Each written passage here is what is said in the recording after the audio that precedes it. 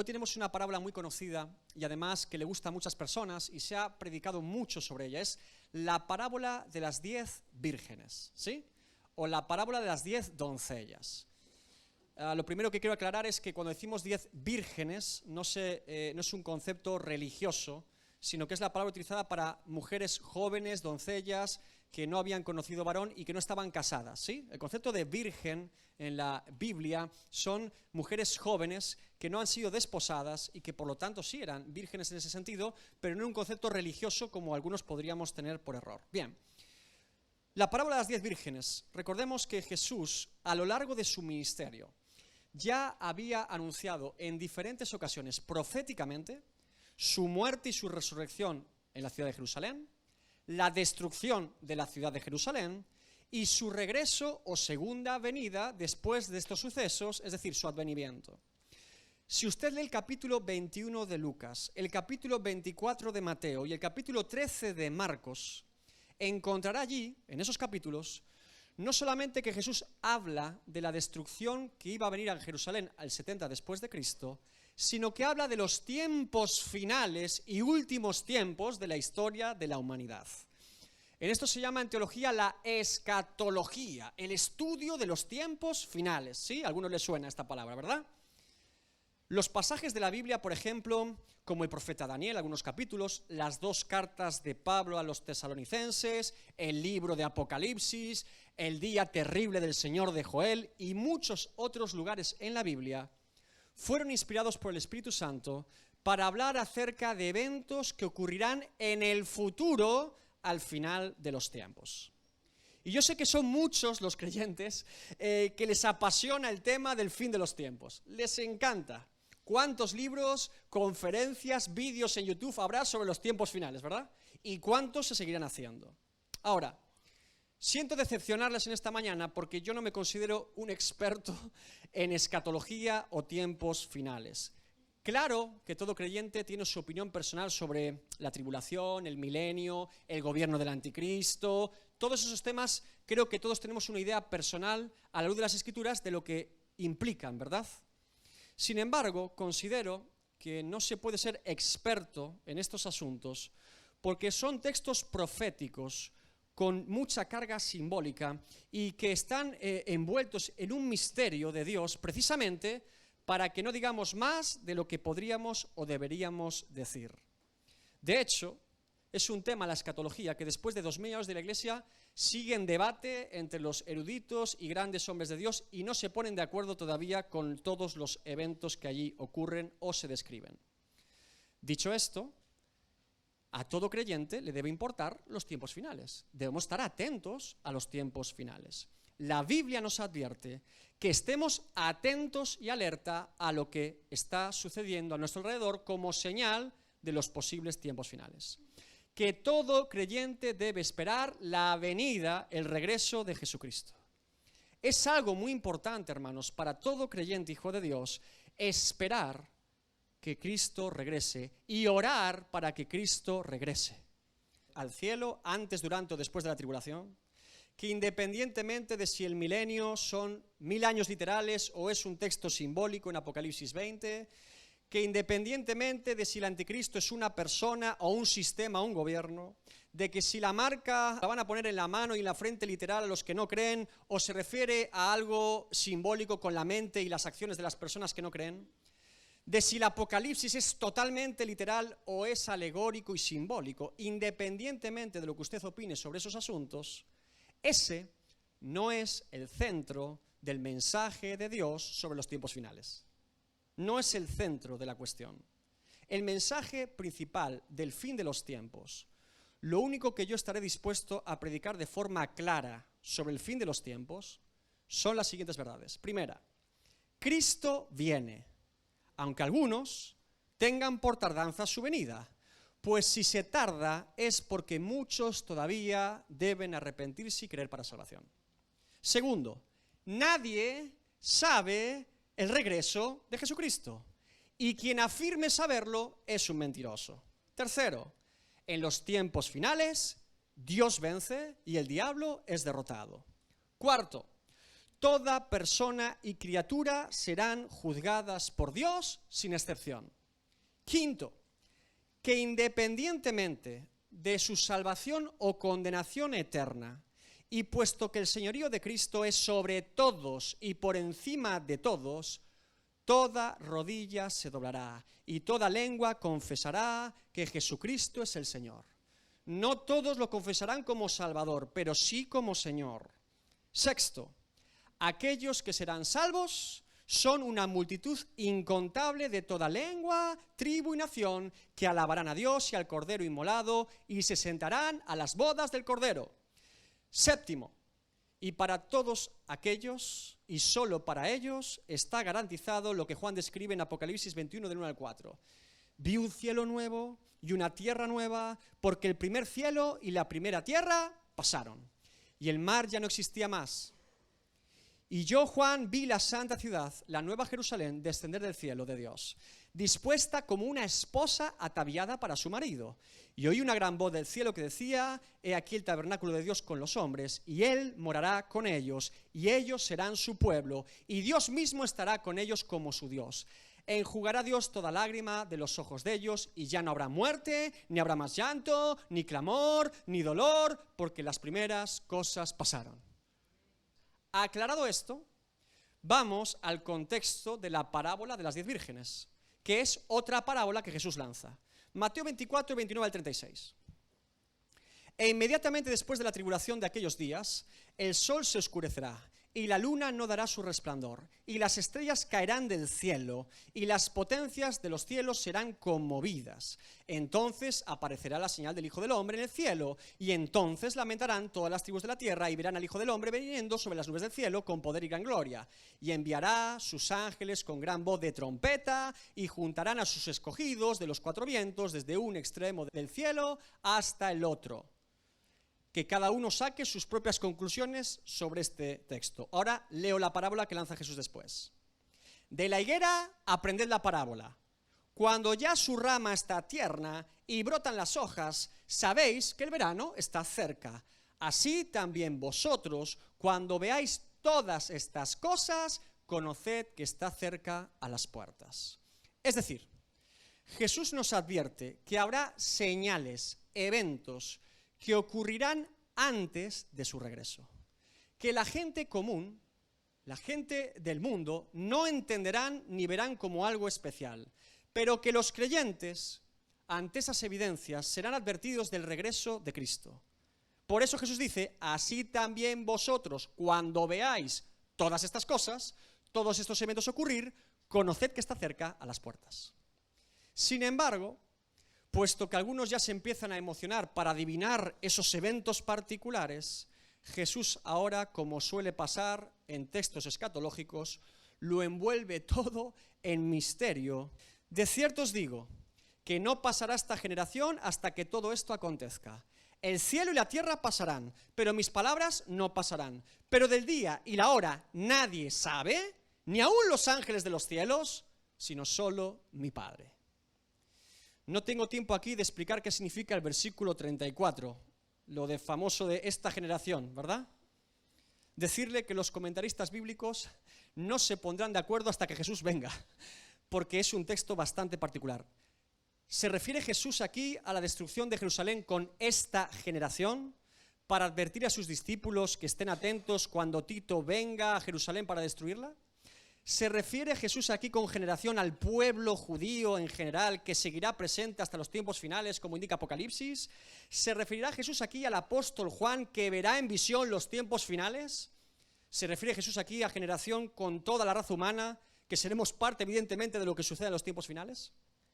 Todas son interpretaciones posibles, pero ninguna totalmente concluyente.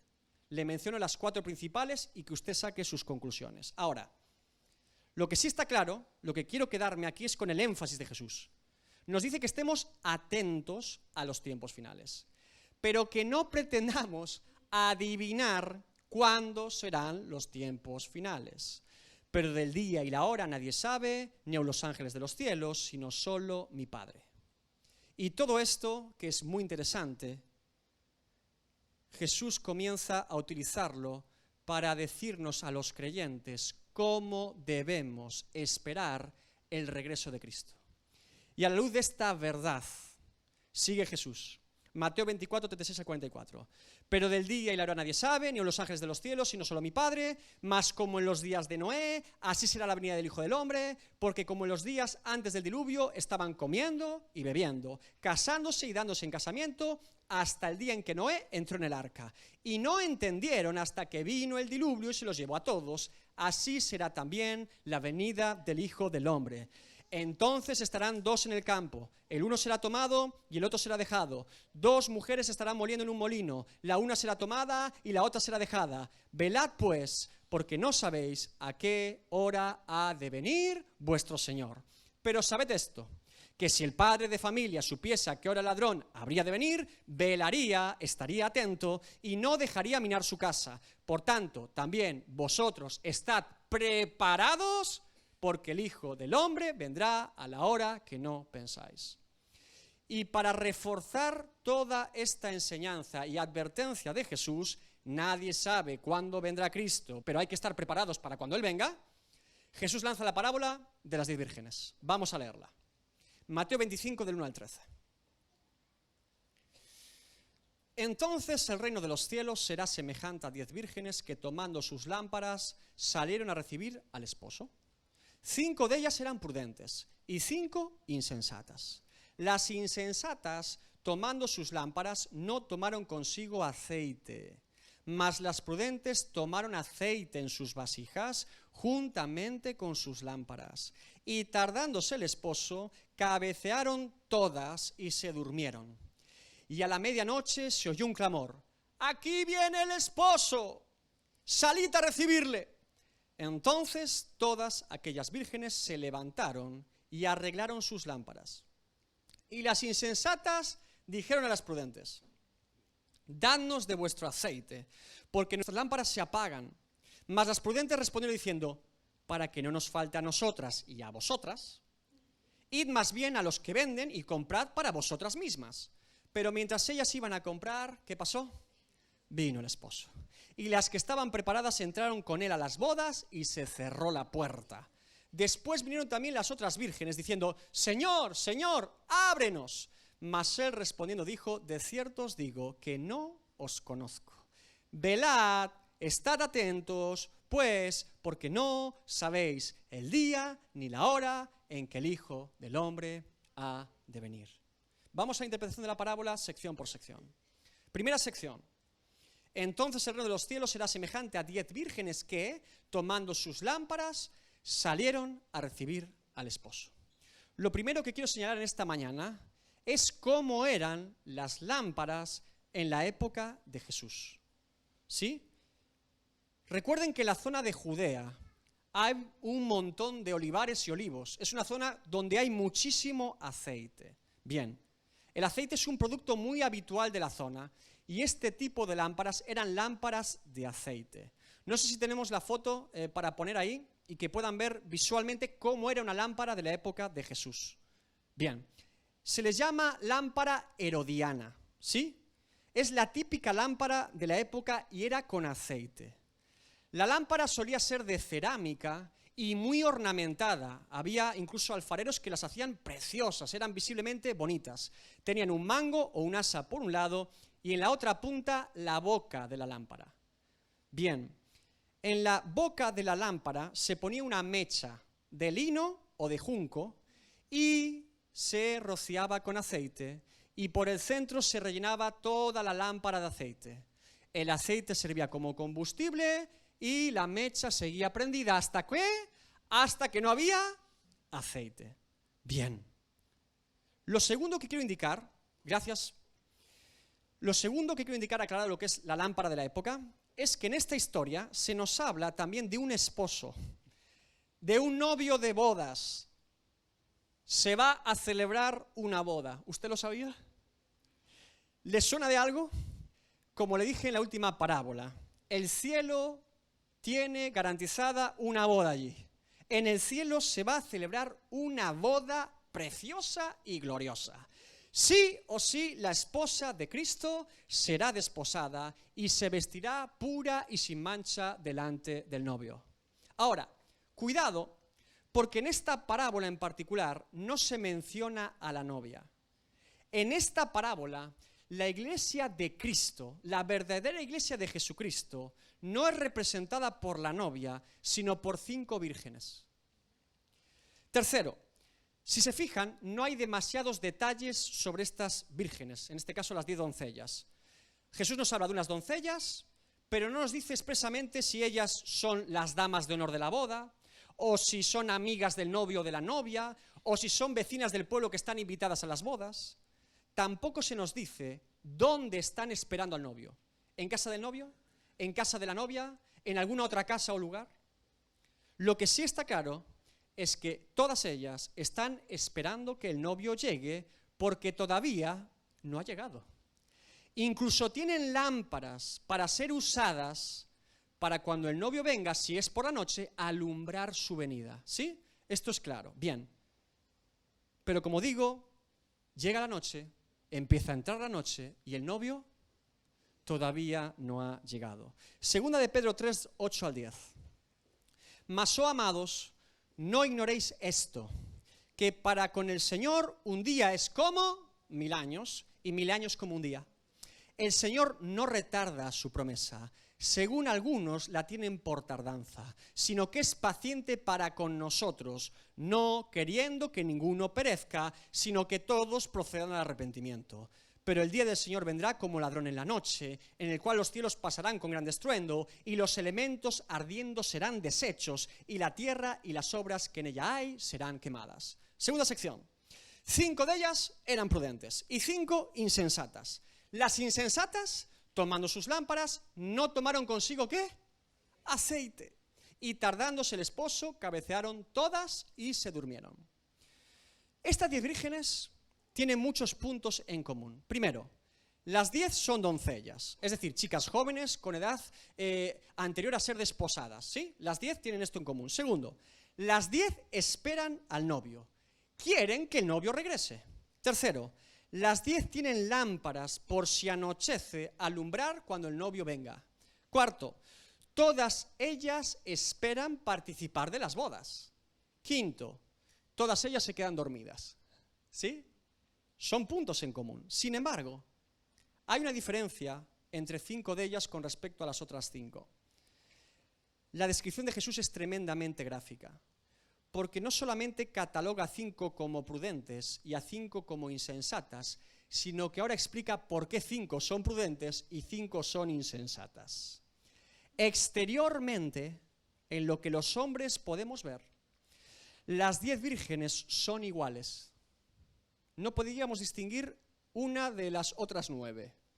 Son iguales en sus afectos para con el novio, en su expectativa de recibir al novio, en su forma de vestir, de actuar, de hablar, de adorar de forma pública en una iglesia local, de decirse a la otra, hola hermana, Dios te bendiga, de servir en alguna tarea de la iglesia, incluso leen la Biblia juntas y oran juntas.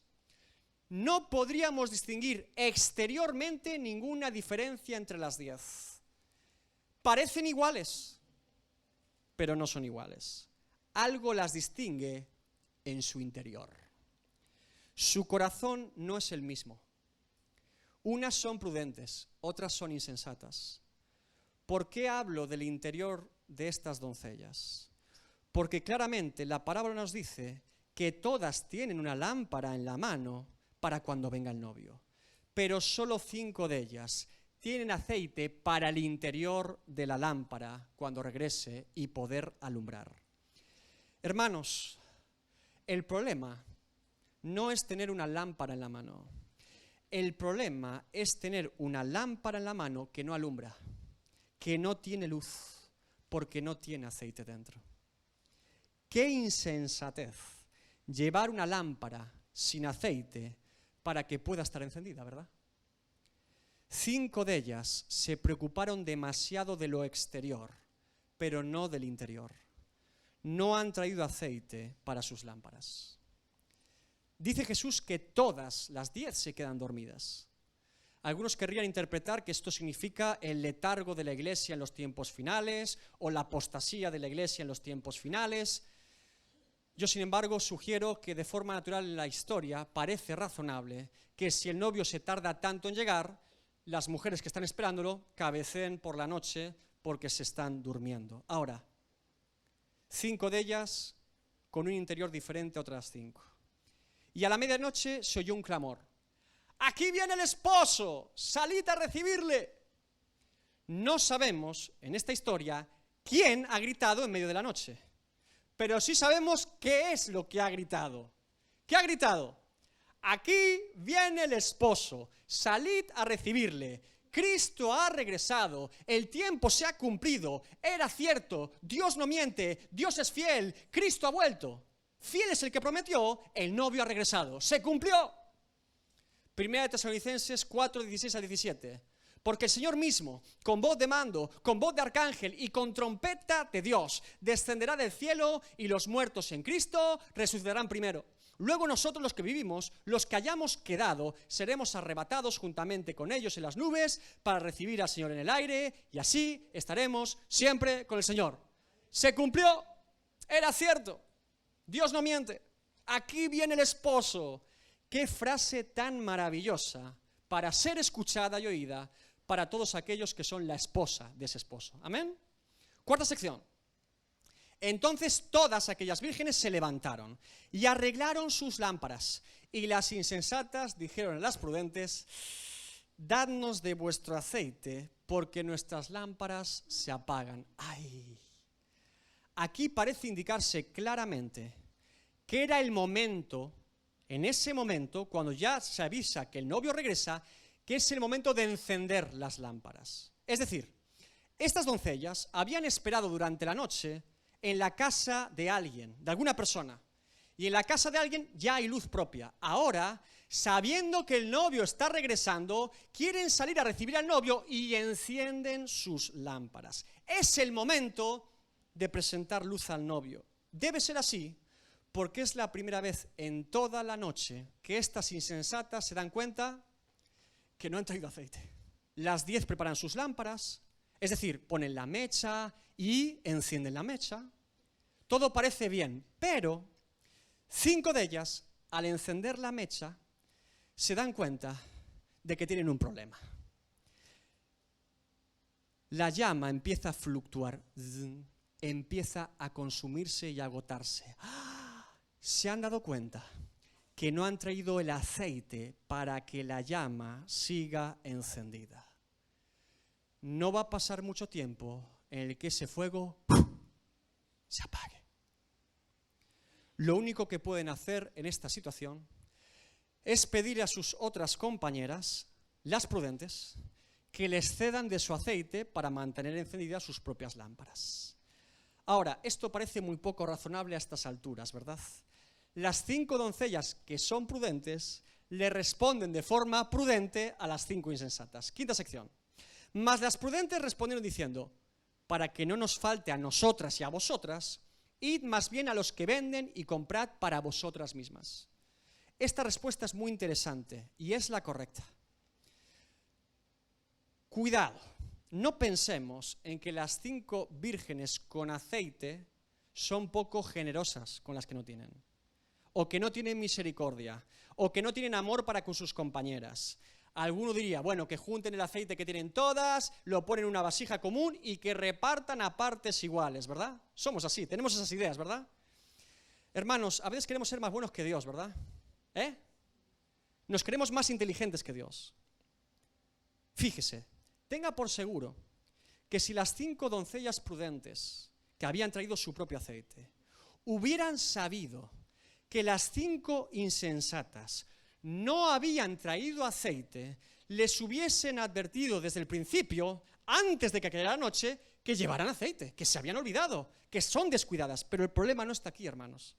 El problema es que hay 5 doncellas insensatas que debido a su apariencia exterior, a su seguridad en lo que dicen y hacen para Dios, confesiones y afectos públicos, reunión, congregación en iglesia local, no han dado ningún síntoma ni señal de que no llevan aceite. Claro, ellas no lo llevan, pero ni ellas mismas se habían acordado del aceite. Nunca les importó el aceite, Nunca se preocuparon del aceite. Nunca pensaron si llevaban aceite. Nunca mostraron interés alguno por el aceite hasta que les hizo falta. Y cuando se dan cuenta, es demasiado tarde. Qué evidente es aquí que la salvación es por gracia, por medio de la fe en Jesucristo, y que no es transferible entre personas. No se puede comprar la salvación, no se puede vender la salvación, no se puede otorgar a un familiar o a un ser querido. La salvación es recibida, es dada por Dios al perdido. Salvación individual y personal. Usted no salvará a sus hijos no le salvarán a usted. Dios no tiene nietos, es Cristo quien salva. Las doncellas prudentes se comportan de forma prudente. Hacen honor a como son descritas por la parábola. Con todo, fíjense que no quieren dejar en la estocada a sus compañeras, sino que les plantean una opción que ellas, las insensatas, ni siquiera habían pensado. Les dice, oye, vete a un bazar, a un 24 horas, a ver si alguien vende aceite. No creo que el consejo de las 5 vírgenes prudentes fuese con mala fe o queriendo el desastre de las otras 5. Sin embargo, la solución es demasiado tarde. Ya no hay tiempo. Cualquier remedio o apaño que pretendamos hacer una vez que el novio ya ha regresado va a ser inútil. 6ª sección. Pero mientras ellas iban a comprar, vino el esposo. Y las que estaban preparadas entraron con él a las bodas y se cerró la puerta. ¡Qué desenlace tan terrible! Esta sección de la parábola nos recuerda muchos pasajes de la Biblia donde se nos habla del fracaso y fatalidad de aquellas personas que nunca dispusieron su corazón delante de Dios. Génesis 6, 15, 16. Vinieron pues con Noé al arca, de 2 en 2 de toda carne en que había espíritu de vida. Y los que vinieron, los animales, macho y hembra de toda carne vinieron, como le había mandado Dios, y Jehová le cerró la puerta. Génesis 19, 24 al 26. Entonces Jehová hizo llover sobre Sodoma y sobre Gomorra azufre y fuego de parte de Jehová desde los cielos, y destruyó las ciudades y toda aquella llanura, con todos los moradores de aquellas ciudades y el fruto de la tierra. Entonces la mujer de Lot miró atrás a espaldas de él y se volvió estatua de sal. Llega el final fatal, la tragedia. 7ª sección. Después vinieron también las otras vírgenes diciendo, Señor, Señor, ábrenos. Mas él respondiendo dijo, de cierto os digo que no os conozco. Primero la imprudencia, la necedad, la insensatez, la obstinación, el pecado, la desobediencia a Dios, los votos difíciles de cumplir, las promesas inconclusas y después los lamentos, los lloros y la tragedia. ¿Se acuerdan del juez Jefté y su voto a Dios? ¿Se acuerdan qué pasó después de que hizo el voto? Jueces 11, 34 al 35. Entonces volvió Jefté a Mizpa, a su casa, y he aquí su hija que salía a recibirle con panderos y danzas, y ella era sola, su única hija, no tenía fuera de ella hijo ni hija, y cuando él la vio, rompió sus vestidos diciendo, ¡ah, hija mía! En verdad me has abatido, y tú misma has venido a ser causa de mi dolor, porque le he dado palabra a Jehová, y no podré retractarme. Los lamentos. ¿Se acuerdan ustedes de Elí, juez sobre Israel y sumo sacerdote? Anciano, ciego, con sobrepeso, esperando en un camino que le informen qué ha pasado con la batalla de Israel. 1 Samuel 4, 17 y 18. Y el mensajero respondió diciendo, Israel huyó delante de los filisteos, y también fue hecha grande mortandad en el pueblo, y también tus 2 hijos, Ofni y Finés, fueron muertos, y el arca de Dios ha sido tomada. Y aconteció que cuando él hizo mención del arca de Dios, Elí cayó hacia atrás de la silla al lado de la puerta y se desnucó y murió, porque era hombre viejo y pesado. Y había juzgado Israel 40 años. Malas decisiones, insensatez, desobediencia a Dios, terminan siempre en lloros y lamentos. Oseas 8:7. Porque sembraron viento y torbellinos segarán, no tendrán mies, ni su espiga hará harina, y si la hiciere, extraños la comerán. La historia se convierte en tragedia para 5 vírgenes insensatas. Porque aquí Jesús corta la parábola y comienza con la profecía. No sería razonable pensar en la historia que porque estas 5 vírgenes que llegan tarde y han esperado toda la noche, un novio para sus bodas, les cierra la puerta y les prohíbe entrar, ¿verdad? Pero como les digo, Jesús ya no está hablando de la parábola, sino que comienza a hablar de algo mucho más importante. Las palabras del novio al otro lado de la puerta son: no os conozco. Todo aquel que escuche estas palabras de parte de Cristo, créame, serán las palabras más duras y trágicas que jamás escuchará en toda su existencia. No os conozco. La gente de hoy tiene mucho miedo a muchas cosas. Hay frases con las que la gente tiembla de miedo. ¿Tienes cáncer? Uf. Viene un huracán. Uf. Estás en bancarrota. Quiero el divorcio. No puedes tener hijos. Uf. Temblamos de miedo. Son frases terribles, ¿verdad? Bueno, déjeme decirle que eso no es comparable a presentarse un día delante de Dios y que Dios me diga: no te conozco. ¿Quién eres tú? No me suena ni tu cara ni tu nombre. Tú no apareces en el libro de la vida. Muchos dicen conocer a Dios. La pregunta es si Dios los conoce a ellos. 2 Timoteo 2:19. Pero el fundamento de Dios está firme, teniendo este sello: conoce el Señor a los que son suyos, y apártese de iniquidad todo aquel que invoca el nombre de Cristo. Nahum 1:7. Jehová es bueno, fortalece en el día de la angustia y conoce a los que en él confían. Mateo 7:21. No todo el que me dice Señor, Señor entrará en el reino de los cielos, sino el que hace la voluntad de mi Padre que está en los cielos. Por no mencionar, y muchos en aquel día dirán Señor, Señor, y llamarán, ¿sí? Velad pues, porque no sabéis ni el día ni la hora en que el Hijo del Hombre ha de venir.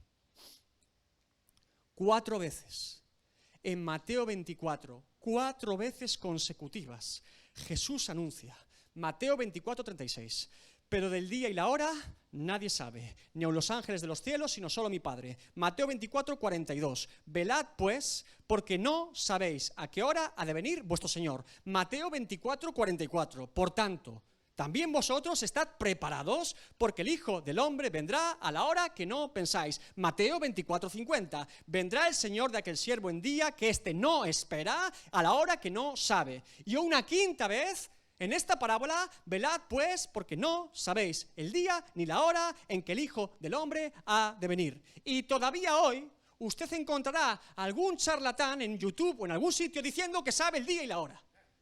¿Cuántas veces tendría que decir el Señor Jesucristo que no es así? El resumen del mensaje de Cristo sobre los tiempos finales no es saber en qué día y hora vendrá Cristo, puesto que nadie lo sabe, sino más bien que estemos velando en guardia, atentos y orando siempre para que independientemente de que cuando Él venga, nosotros estemos con las lámparas encendidas. Que independientemente de cuando sea ese evento, tú tengas tu lámpara encendida. Mateo 26:41, velad y orad para que no entréis en tentación. El espíritu la verdad está dispuesto, pero la carne es débil. Aplicación de la parábola. Vamos a aplicar esta parábola de forma práctica, a modo de corolario o resumen de lo que acabamos de decir. Primero, Cristo regresará a buscar a su iglesia y a juzgar al mundo. Son innumerables los pasajes de la Biblia que hablan de esta verdad. Segundo, no sabemos cuándo Él regresará, ni la fecha, ni el día, ni la hora, ni el mes, ni el año. Y es intención de parte de Dios que no lo sepamos. Tercero, Dios nos advierte que para esperar a Cristo debemos estar atentos, velando y orando con un corazón dispuesto y sincero delante de Dios. Cuarto, que Dios mirará en lo profundo de nuestro ser para juzgarnos. que la fe puede ser fingida o aparentada exteriormente y que muchas veces podemos adornarnos como una lámpara ornamentada, pero si no hay aceite en ella, no tenemos luz y eso es que seguimos viviendo en tinieblas. Quinto, que todos aquellos que no han sido justificados en Cristo no alcanzarán la vida eterna y las puertas del cielo estarán cerradas para ellos. Sexto, que revisemos constantemente cómo está nuestro aceite todos los días. No vaya a ser que creamos que todo está bien delante de Dios, pero no sea cierto.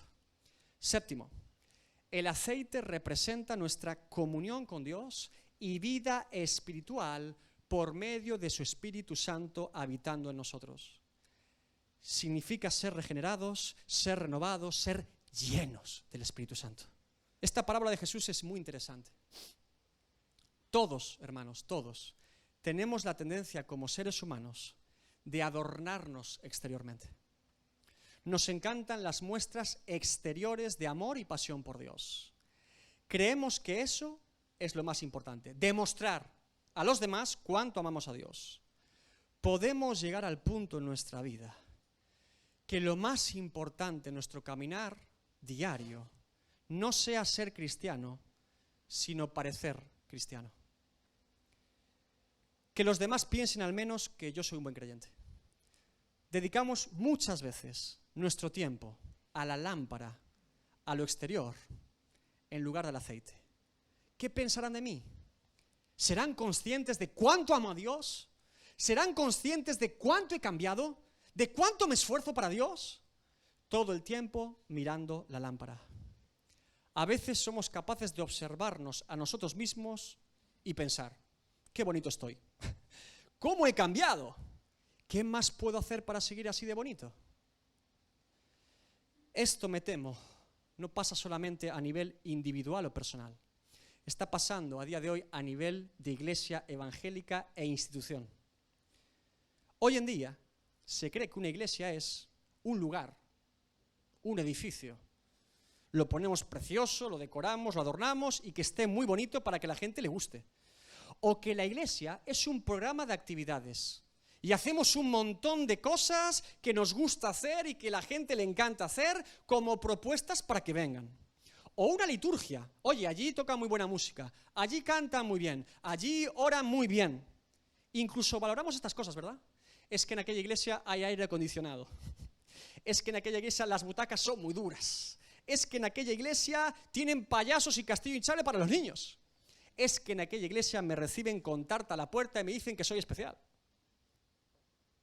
Mirando la lámpara todo el tiempo. Qué bonita está. Todos los recursos, todos los esfuerzos, todas las capacidades al servicio de una lámpara. Esperando quizás que de allí salga un genio. Pero no va a salir nada de la lámpara. Cosas de hombres para hombres. Dios no está mirando la lámpara. Nosotros los hombres nos fijamos en ella, nos distraemos con ella. A Dios le interesa lo que hay dentro de la lámpara, no lo que hay fuera de ella, ni a nivel individual ni a nivel institucional. Fíjese entre Dios y los hombres, cómo los hombres obramos y cómo Dios obra. Cuando Lázaro se pudría 4 días en una tumba allí en Betania, nosotros los hombres, los seres humanos, a lo máximo a lo que aspirábamos allí es haber colocado al muerto muy bonito en la tumba, con un sudario precioso, y lo perfumábamos para que estuviese muy bonito en la tumba, como si al muerto le importase qué sudario o qué perfume o qué posición tenía en aquella tumba. Eso es lo máximo a lo que aspiramos los hombres. Pero llegó uno a ese pueblo, Jesús de Nazaret, que no estaba preocupado ni por el sudario, ni por el perfume, ni cómo habían colocado el cuerpo del muerto. De lo que estaba preocupado Jesús de Nazaret es qué hacía su amigo en esa tumba. Por eso abrieron la tumba y dijo: Lázaro, sal fuera. Y el que estaba muerto vivió. ¿Poder de hombres o poder de Dios? No es lo mismo. ¿Lámpara o aceite? No es lo mismo. Decide a qué dedicar tu tiempo, a estar bonito por fuera o a estar vivo por dentro. ¿Vive para tu gloria o vive para la gloria de Dios? Por eso yo aquí te pregunto, ¿cómo está tu aceite? No te pregunto cómo está tu lámpara. No me importa tu lámpara. A Dios tampoco. ¿Cómo está tu aceite? Jesús es todavía más profundo en esta parábola. El maestro de maestros.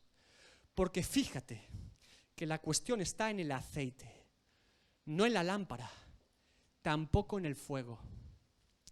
La cuestión no está en el exterior, sino en el interior. Jesús nos advierte que nos ocupemos de nuestro interior siempre. El que enciende el fuego es Dios. En el momento oportuno, con la persona adecuada y para su gloria. Ni tú ni yo podemos encender ningún fuego santo de Dios. El fuego es de Dios.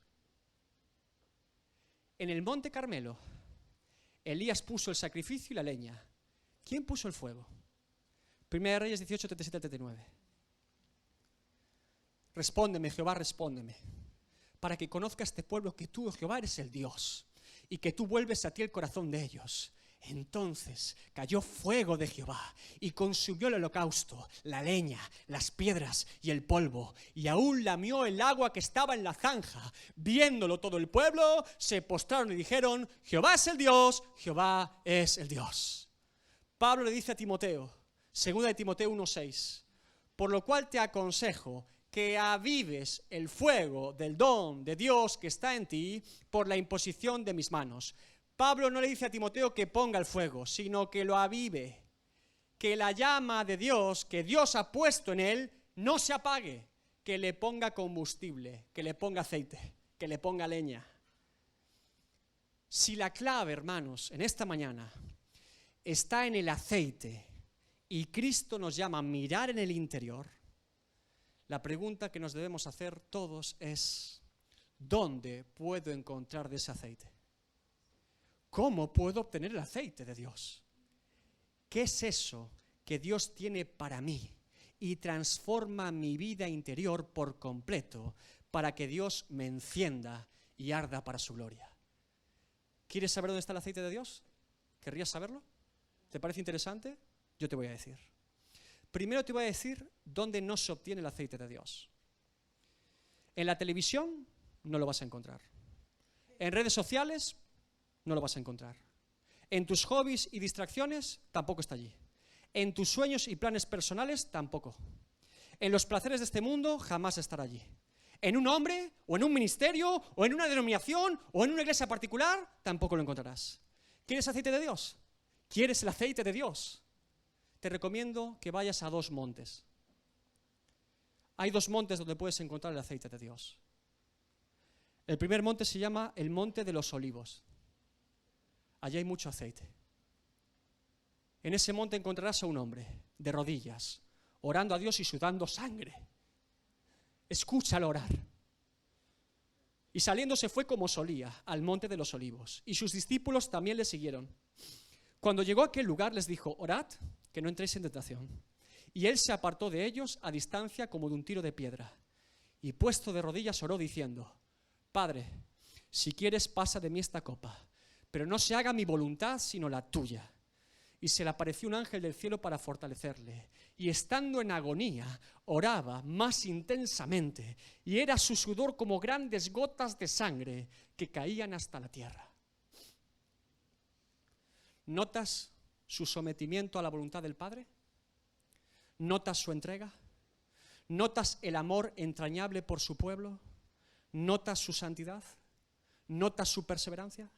¿Notas cómo sufre antes en oración lo que sufrirá después de la oración? ¿Notas cómo se prepara para que la ira de Dios caiga sobre él? ¿Y qué pasa un poco después? Juan 18, 4 al 8. Pero Jesús, sabiendo todas las cosas que le habían de sobrevenir, se adelantó y les dijo: ¿a quién buscáis? Le respondieron: a Jesús Nazareno. Jesús les dijo: yo soy. Y estaba también con ellos Judas, el que le entregaba. Cuando les dijo, yo soy, retrocedieron y cayeron a tierra. Volvió pues a preguntarles, ¿a quién buscáis? Ellos dijeron, a Jesús Nazareno. Respondiendo Jesús, os he dicho que yo soy. Pues si me buscáis a mí, dejad ir a estos. ¿Notas su fuerza? ¿Notas su valentía? ¿Notas su determinación? ¿Notas que sabe perfectamente lo que tiene que hacer y decir para la gloria de Dios? ¿La fuerza de un león? ¿La pureza de un cordero? Ahora acompaña al segundo monte, acompáñame allí. Allí encontrarás más aceite. El segundo monte se llama Gólgota, la calavera. Lucas 22, 33 a 37 y 44 al 46. Y cuando llegaron al lugar llamado de la calavera, le crucificaron allí y a los malhechores, uno a la derecha y al otro a la izquierda. Y Jesús decía, Padre, perdónalos porque no saben lo que hacen. Y repartieron entre sí sus vestidos echando suertes. Y el pueblo estaba mirando, y aún los gobernantes se burlaban de él, diciendo, a otros salvó, sálvese a sí mismo, si este es el Cristo, el escogido de Dios. Los soldados también le escarnecían, acercándose y presentándole vinagre, y diciendo, si tú eres el rey de los judíos, sálvate a ti mismo. Había también sobre él un título escrito con letras griegas, latinas y hebreas, este es el rey de los judíos. Verso 44. Cuando era como la hora sexta, hubo tinieblas sobre toda la tierra hasta la hora novena. Y el sol se oscureció y el velo del templo se rasgó por la mitad. Entonces Jesús, clamando a gran voz, dijo, Padre, en tus manos encomiendo mi espíritu. Y habiendo dicho esto, expiró. ¿Notas cómo cumple lo que ora? ¿Notas que lo que es en secreto delante de Dios, lo es en público delante de los hombres? Que no hay diferencia, que no hay dualidad, que no hay doblez, que Él es el que es. Ahora acompáñame otra vez al primer monte. La promesa de que el aceite será prendido en fuego. Hechos 1 del 2 al 12. Hasta el día en que fue recibido arriba, después de haber dado mandamientos por el Espíritu Santo a los apóstoles que había escogido, a quienes también, después de haber padecido, se presentó vivo, con muchas pruebas indubitables, apareciéndoseles durante 40 días y hablándoles acerca del reino de Dios. Y estando juntos, les mandó que no se fueran de Jerusalén, sino que esperasen la promesa del Padre, la cual les dijo, oísteis de mí, porque Juan ciertamente bautizó con agua, mas vosotros seréis bautizados con el Espíritu Santo dentro de no muchos días. Entonces los que se habían reunido le preguntaron diciendo, Señor, ¿restaurarás el reino de Israel en este tiempo? Y él les dijo, no os toca a vosotros saber los tiempos o las sazones que el Padre puso en su sola potestad, pero recibiréis poder cuando haya venido sobre vosotros el Espíritu Santo, y me seréis testigos en Jerusalén, en toda Judea, en Samaria y hasta lo último de la tierra. Y habiendo dicho estas cosas, viéndolo ellos, fue alzado y le recibió una nube que le ocultó de sus ojos. Y estando ellos con los ojos puestos en el cielo, entre tanto que él se iba, he aquí, se pusieron junto a ellos 2 varones con vestiduras blancas, los cuales también les dijeron, varones galileos, ¿por qué estáis mirando al cielo? Este mismo Jesús que ha sido tomado de vosotros al cielo, así vendrá como le habéis visto ir al cielo. ¿Notas su resurrección? ¿Notas su poder sobre la muerte?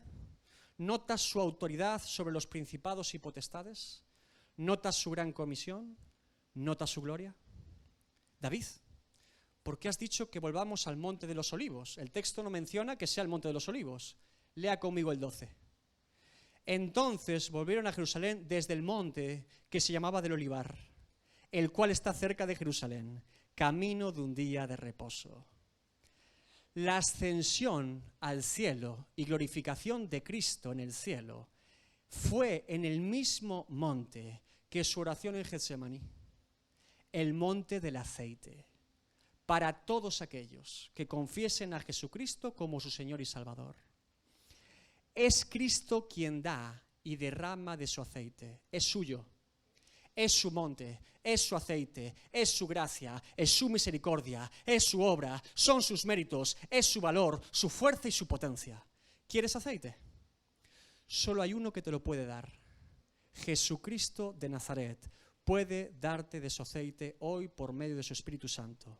Llenarte de su Espíritu hasta rebosar.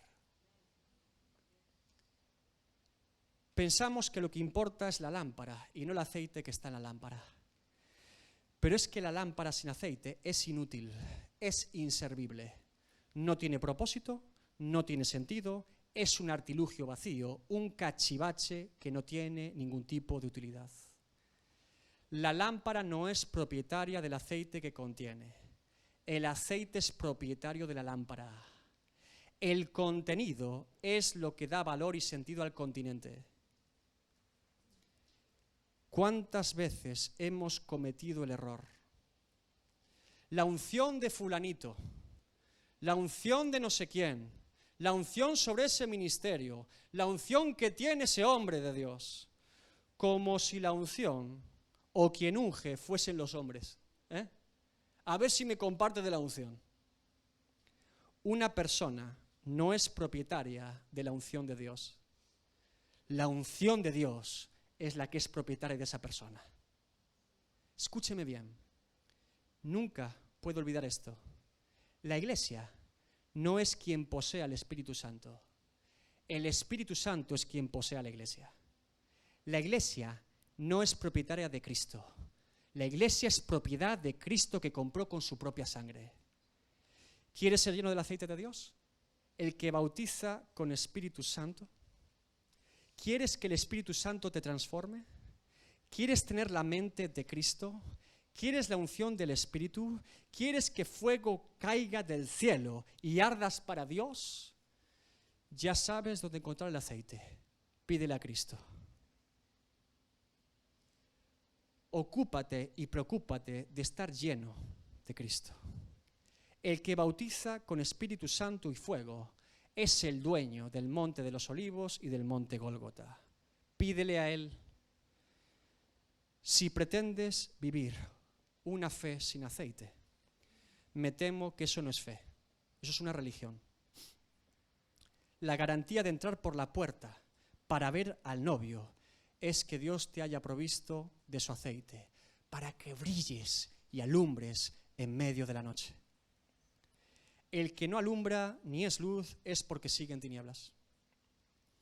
Cristo regresará y cuando lo haga no habrá segundas oportunidades. La puerta se cerrará y todo lo que profetizó se cumplirá. Vuelvo a preguntarte, ¿cómo está tu aceite? No te preocupes tanto de la lámpara.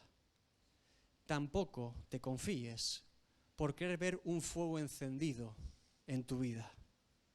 Si no hay aceite suficiente, eso que crees que es fuego de Dios es un fuego falso que se apagará. Un fuego emocional, un fuego del momento. El verdadero fuego de Dios, el fuego de Dios que es puro, es santo y es para su gloria, nunca se apaga. ¿Sabías eso? El fuego de Dios, el verdadero fuego de Dios, no se apaga. Levítico 6, 12 al 13. Y el fuego encendido sobre el altar no se apagará, sino que el sacerdote pondrá en él leña cada mañana y acomodará el holocausto sobre él y quemará sobre él las grosuras de los sacrificios de paz. El fuego arderá continuamente en el altar, no se apagará. No tengas miedo al fuego de Dios. Cuando el fuego es de Dios y no de los hombres, arde con fuerza en tu vida, pero preserva la lámpara. No la consume ni la destruye, la preserva para su gloria. ¿Recuerdas la zarza y Moisés? ¿Qué le pasaba a la zarza? A la lámpara. Éxodo 3:2. Y se le apareció el ángel de Jehová en una llama de fuego en medio de una zarza, y él miró y vio que la zarza ardía en fuego, y la zarza no se consumía. ¿Por qué crees que los 3 amigos de Daniel no se prendieron fuego físicamente? Porque ya estaban en llamas. Me sumo a las palabras de Juan el Bautista. Mateo 3:11. Yo, la verdad, os bautizo en agua para arrepentimiento. Pero el que viene tras de mí, cuyo calzado no soy digno de llevar, es más poderoso que yo. Él os bautizará en Espíritu Santo y fuego. ¿Querrás del aceite de Dios en esta mañana? ¿Querrás ser lleno de su Espíritu? ¿Arder para la gloria de Dios? Ponte de pie en esta mañana entonces.